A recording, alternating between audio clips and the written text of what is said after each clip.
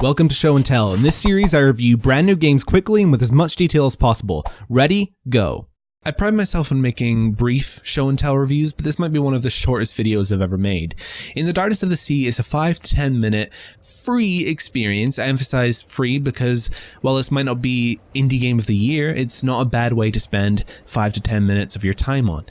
This game is made up of mostly, from what I can tell, royalty-free assets and simple shapes, which would often be a red flag for me that maybe this game isn't worth reviewing, but when I looked at the Steam page, something did jump out at me. This game has something, so while I'm going to keep every category here very short, I'm going to try and identify what that is. I mentioned that the game is made up of simple shapes, but I think they have been utilized quite well here.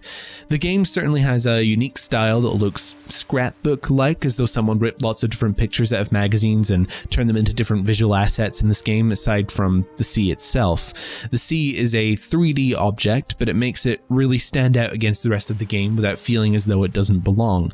It's still made up of black and white, like everything else. Where the presentation loses balance a bit is in some of the animations. The whales are animated well, but other than that I found them to be lacking a bit. And in some of the assets there are cut corners. In particular, I noticed this in the clouds. Sometimes there would be unfinished edges that are just floating in space on their own, which are hard to spot but are ugly when you do. The actual game itself I think is the weakest aspect of In the Darkness of the Sea. It involves you speeding up and slowing down your boat in order to avoid obstacles or ducking to avoid jumping fish. It was just a bit weird and felt tacked on so that people could technically call this a game because it has a fail state or any other arbitrary measure that people like to use to decide if a game is a game or not. But honestly, it just messes with the pacing of the game and took me out of the experience a little bit. Personally, I would have been fine with it being a walking simulator type. At the very least, it seemed to me that's what the game was really interested in being.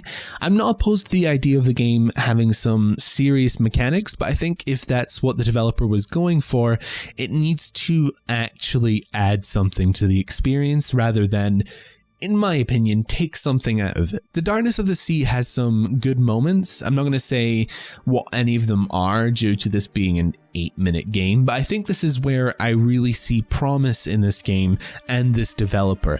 The atmosphere of the game is good, and there was enough in there to surprise me and make me feel something.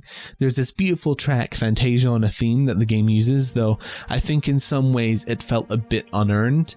It's a really nice song, but I think sometimes what's going on in the game isn't as powerful as the music.